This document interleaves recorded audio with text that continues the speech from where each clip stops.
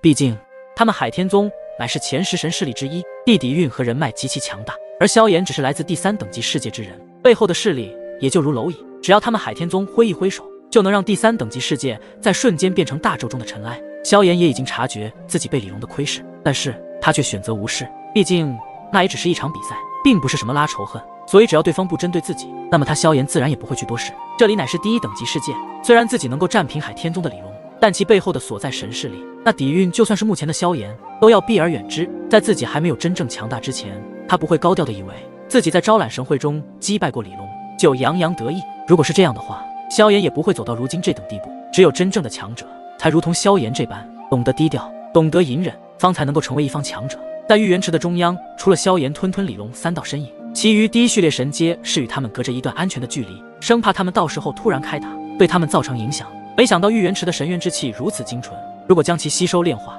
虽然不能突破至第2序列之位，但至少能够提升一些神力修为。萧炎深处手掌将玉元池中的水捞起，感受着水中所散发出来的精纯神元之气，顿时让他的双眼都在此刻发亮。当即萧炎也不再迟疑，直接无视了四周所有人，开始微微闭上眼睛，催动第3神力以及那体内的焚诀功法，加快的对玉元池中神元之气的吸收速度。见到萧炎已经吸收神元之气，吞也不再迟疑，直接沉入其中，感受到四周那精纯的神元之气皆是朝着他快速涌来。而李龙强忍心中怒火，算旋即闭上了眼睛，也开始对第1环中的神元之气进行吸收。时间渐渐的过去了1日，此时玉元池中布满了密密麻麻的身影，各个身上皆是散发出比之前还要略微强大的气息。看来这玉元池的资源果真起到了效果。玉元池中的神元之气凝聚成丝丝光泽，看上去并非很显眼，但若仔细去感受，便是能够发现其中蕴含的神元之气是多么的浓郁惊人。浓郁的神元之气盘旋在了众人的身旁四周，在这股被神元之气包裹下，萧炎的周身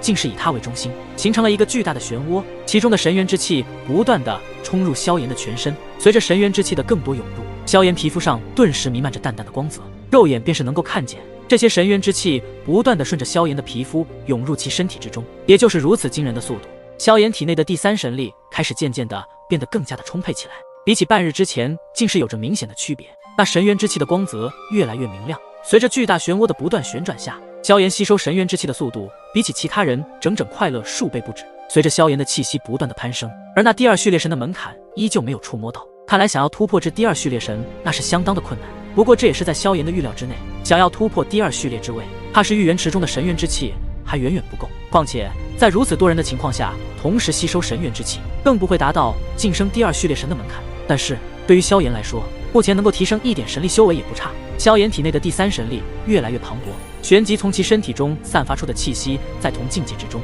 无人能敌。不少神奇皆是感受到玉元池中心的异样，在那里他们看到了一处巨大漩涡，而在漩涡之中的真是萧炎。如此惊人的吸收速度，着实让这些神奇都为之一惊。那家伙竟然吸收的速度如此之快！他们张了张嘴，有些不敢置信，但眼前的情况又让得他们不得不相信。难怪能够击败李龙，原来是有原因的。这家伙的修炼天赋太可怕了，就连一些第1序列实力的神奇都感到吃惊。不过他们却不知道的是，萧炎能够有如此吸收神元之气的速度，乃是来自于焚诀功法，所以得焚诀在修炼路上就已经快人一步了。再加上自身那变态的天赋，更是达到了无数天之骄子都达不到的层次。随着时间滴答滴答的过去，3日已过，那玉元池中神元之气的光芒也已经渐渐淡去，浓郁神元之气已是被无数众人都给吸收殆尽。萧炎与涂怒檀的身上赫然爆发出了比之前更强的气息，虽然没有突破第2序列神，可是这也已经非常知足了。这种进步的速度可谓非常的骇人，就连李龙修炼的速度都没有萧炎这般变态。同时也在这3日的时间里，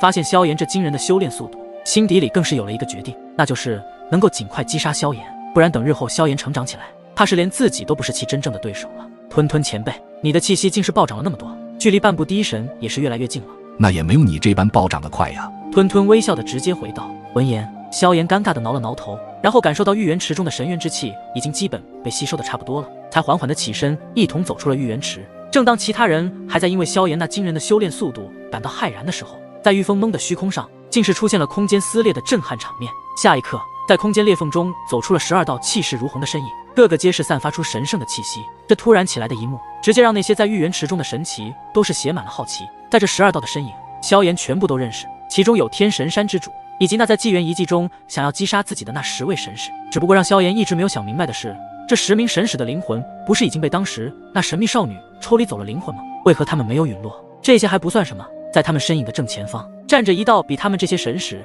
以及天神山之主更加强悍气息的身影，而这道身影正是神奇联盟的天翼神君。而在天翼神君等人出现的时候，下方那无数参赛者皆是一脸好奇和疑惑，心想怎么天翼神君都出现在此处，而且看样子那阵仗似乎来者不善。众人的眉头微微一皱，难道他们想要做什么事情吗？你们继续炼化玉元池中的神元之气，我们来此是有一些事情要解决，与你们无关。天翼神君的声音缓缓地传出，其眼中也是闪过一抹不善。听到对方这么说，这些人悬着的心终于是放松了一下，还以为这些神奇联盟的神使以及天翼神君是想要找他们呢。不过既然不是找他们这里的人，那么又为何出现在这里呢？还没等他们再度开口，虚空上的那12道身影先是扫荡了玉元池之中的这些身影，旋即似是发现了什么目标一样，在一瞬间他们的身影便消失不见。再度出现的时候，已经来到了萧炎的不远处。此刻或许众人不知道，而萧炎的心底里那种不好的预感越来越强烈了。这种预感就是这2天那隐隐间的不好之感。这些人究竟是做什么？萧炎，我感觉他们好像看着你啊。这时候萧炎身边的吞吞也发现了异样，这12道身影出现的时候，他们的目光片刻都不离萧炎这边。难道说他们是找萧炎麻烦的？吞吞心里虽然进行了这一的推测，不管是不是如此，但面对对方如此强大的阵容下，也并没有轻举妄动。今日神君大人和天神山之主大人带着神奇联盟如此强大阵容人马，是要在这里寻什么人吗？感受到他们的目光对自己投来，萧炎也是假装的一笑，拱手道。见到萧炎竟然不惧他们，然而还做出了如此动作，这让的他们竟然都有些微微吃惊。不过既然他们今日已经来了，不管萧炎怎么做，他们都要将其击杀，并且夺取萧炎身上的神火。你真是让我意想不到，明明只是一名第3等级世界的生灵，竟然能够凭借自身的强大底牌以及神火，能够击败第1序列神巅峰的李龙。这放眼第1等级世界，像你这般的年纪，虽不能说没有，但也不多见。而这一次能够让我见识你这般人物，就连我都有点吃惊了。天翼神君那皮笑肉不笑的缓缓说道：“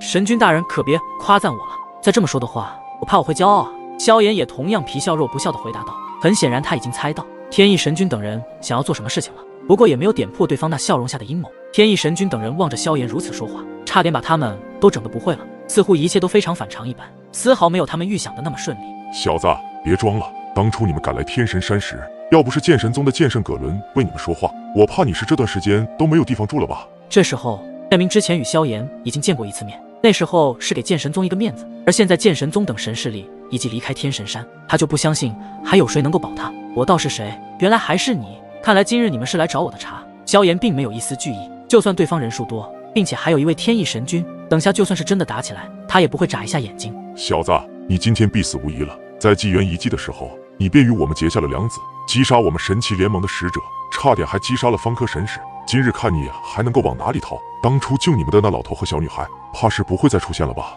那10名神使对着萧炎就是大笑起来。今日他们结合天时地利人和，就算萧炎再强大，也难逃一死。这话你们就说的不对了，当时可不是我找你们茬，而是你们找我的茬。但是今日多说无益，况且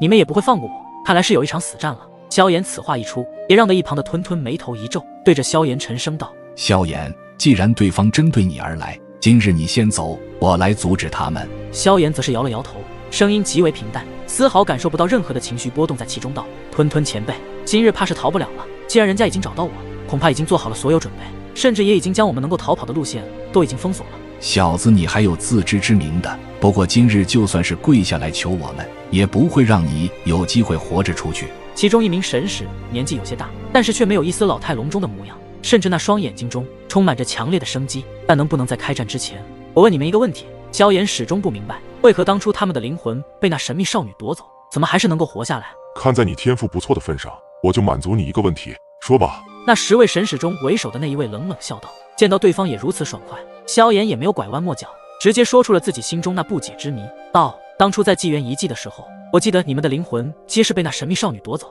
为何你们还能够生存下来？”闻言，那10位神使皆是大笑起来，那笑声仿佛是在说：“你不知道的还多着呢。”我们神奇联盟乃是第1等级世界的巨无霸存在，其底蕴雄厚先不说，在神奇联盟中轮回一次也不是不无可能。说这话的乃是其中一名神使，此时的他面带无所畏惧的表情，仿佛无论是谁来了，在神奇联盟之中都能够复活过来一般。但也让萧炎与吞吞二人大吃一惊，轮回一次，这又是什么一个情况？见到萧炎等人脸上那疑惑震惊之色，其中一名神奇则是冷冷的道：“看在你即将要死的份上，我便告诉你吧，只要是我们神奇联盟的成员，且实力必须达到神奇境后，如果自外头被人击杀了，如果不是神体与灵魂一同陨灭，而我们当初的灵魂被那神秘少女夺走后，但是她并没有将我们神体摧毁，所以就能够在神奇联盟之中轮回一次。而这种轮回也是需要付出一点代价，那就是必须要承受轮回时的痛苦，不然的话就会彻底的在轮回中消散。还好我们都熬过了轮回之痛，而让我们变成这样的都是你，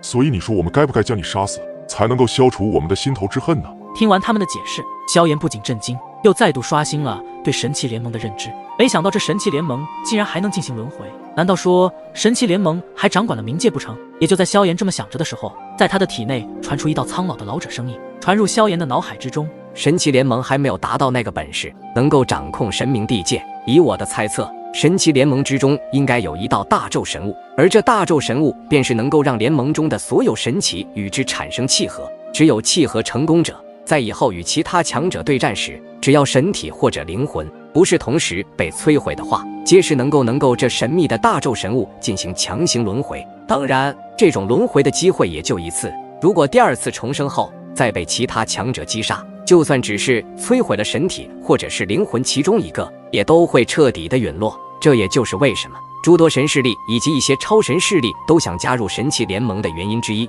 冯老的解析说完后，顿时让萧炎都是心生荡漾，都无法平静下来，因为这大咒神物实在是太让人震惊了。原本就对于大咒神物的认知少之又少的萧炎，此时直接再度刷新了他对大咒的一些认识。冯老，这能够使人轮回的神物究竟是什么？竟然能够做到强行轮回，这不是强行改变大咒的法则吗？萧炎强忍着内心的震撼，便是传音给焚绝空间里的冯老。虽然神奇联盟的那神物强大，可是还没有达到可以与大咒法则抗衡的地步。虽然能够进行一次轮回，可是他们众生者的意志主导则是全部以那神物为主。但大部分的神奇联盟成员应该都与那神物进行了契合，而且虽是如此，那些为了能够重生二次生命的神奇，依旧是选择了这样的交易。看来这神奇联盟不仅底蕴强大，竟然还拥有如此神秘的神物。听到这里，萧炎的双眼也是微微一动，心想着灵动牧尘以及天心主三位加入神奇联盟之后，应该不会选择这种方式吧。似乎冯老看穿了萧炎所想，旋即继续说道：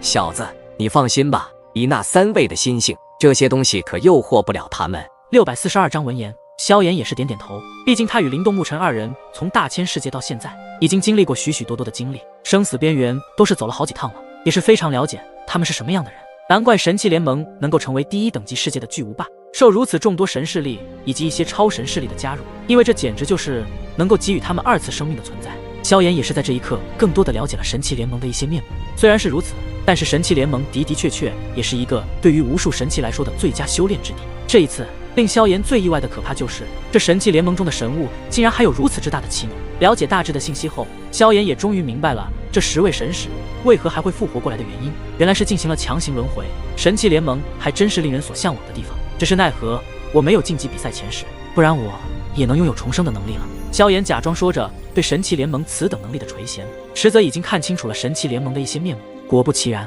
在萧炎这般述说下嘛，那些神使的脸上则是挂着无比精彩的笑容，仿佛觉得他们是高高在上是存在。你也配？其中那名之前与萧炎在纪元遗迹激战过，还败在萧炎手里的那名方科神使大笑一声，脚步迈出，双手抱胸，一副饶有兴致地看着萧炎。对于他闻言，萧炎是他必杀的目标，当初这家伙就能够重创自己，也不知道这一次是否还能够战胜自己。我配不配？我不知道，我只知道你是我的手下败将。今日你们带了这么多人来，想必也已经做好了充足的准备，要将我击杀。既然如此也好，你们是一起上，还是你一人先上？萧炎说话间，语气也变得大声起来，目光看向那些神使的时候，不带一点情绪上的波动。而刚刚这突如其来的变故，也让所有还在玉元池修炼的那些人感到一丝震惊。似乎由天意神君带头的强大阵容想要找萧炎麻烦，这一幕无疑不让人震撼连连。一名神君亲自出动，怕是已经让在场的所有人都有些按耐不住内心的情绪波动了。要知道，神君乃是比起神使的职位还要高，且实力更是达到了超越序列神的神境领域，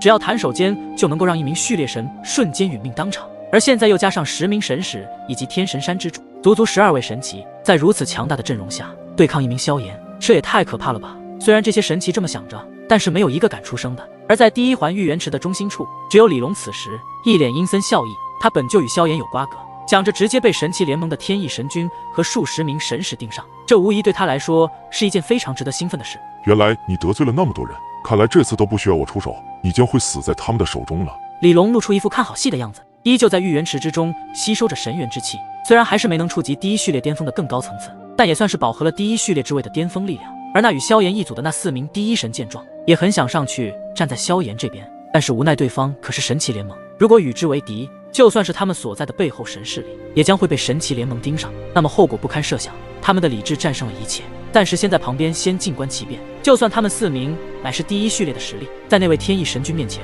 都不敢有丝毫的举动。如果此时自由这10名神使来找萧炎麻烦的话，或许他们4位还是会出来站一站萧炎这边。但是按照这强大的阵容，天意神君仅仅1只手指头就能够将他们4名抹杀，所以这也就是为什么他们没有为萧炎说话的原因。当然是10位神使来对战你了，你的战斗力并非第3序列，已经有了前车之鉴，我自然不会那么傻，继续与你1对1。方科神使诡异的森然道，看来对于萧炎的实力，就连身为神使的方科都还是有些忌惮。看来之前吃了一记神怒火莲，确实让他的那份高傲气势压垮了一些。一起上也好，省得我浪费时间。萧炎说话间，其目光又瞥在了天意神君和天神山之主，继续道：神君大人和天神山之主大人不一起上吗？此话一出，让得全场的人都鸦雀无声起来。如果对于神使这般说话也就算了，竟然还对神君这般说话，这简直就是太嚣张了吧。然而在这些众人之中，大部分的人都是在看一场接下来的好戏，除了有个别的人有些担忧萧炎一人对抵不过如此多名的神使，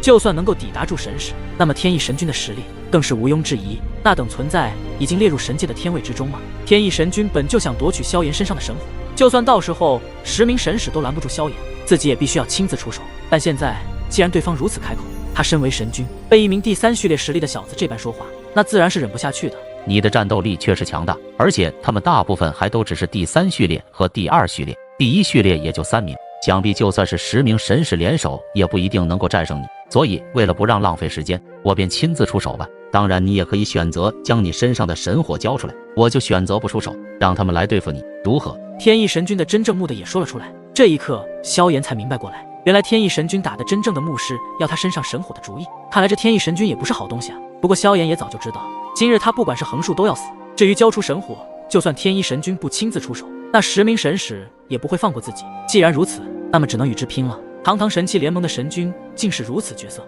竟然喜欢对别人的东西产生了兴趣。不过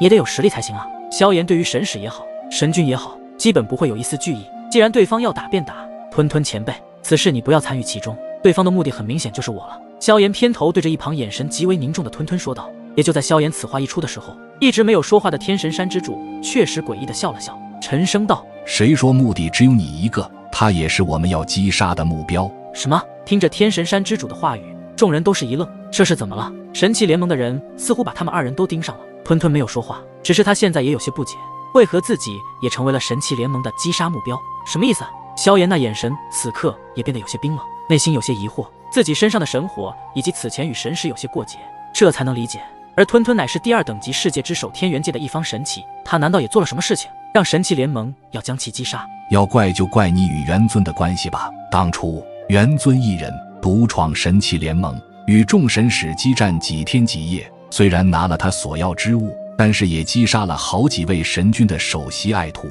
而其中就有天意神君的那名爱徒。所以你与元尊关系如此好，那今日你就留下，给元尊还一还账吧。天神山之主最后话音落下，很明显的语气都变得低沉了很多，一股杀意直接朝着吞吞这边袭来。很快，一股可怕的第1神力直接对着吞吞攻击而去。见状，吞吞也是没有一丝惧意。没想到元尊得罪了神器联盟，至此想要以元尊身边的人都要将其击杀。一声来自吞吞的怒喊之下，他的身躯直接变成了巨大的祖韬之体，散发出一股极强防御力的祖韬神体。虚空上，随着天神山之主与吞吞的战斗开始，顿时空间震荡，爆发出了惊人的神力波动。萧炎的眉头也是越发的凝重起来，没想到这神器联盟竟然如此记仇，真是小肚鸡肠。萧炎刚想加入吞吞的战场时，一股可怕的无尽威压直接将萧炎的身躯笼罩而下，令得无法动弹。能够让一名击败第1序列神巅峰的萧炎竟然都无法动弹，只有一个原因，那就是这股气息是天意神君散发出来的。在萧炎的目光转向不远处时，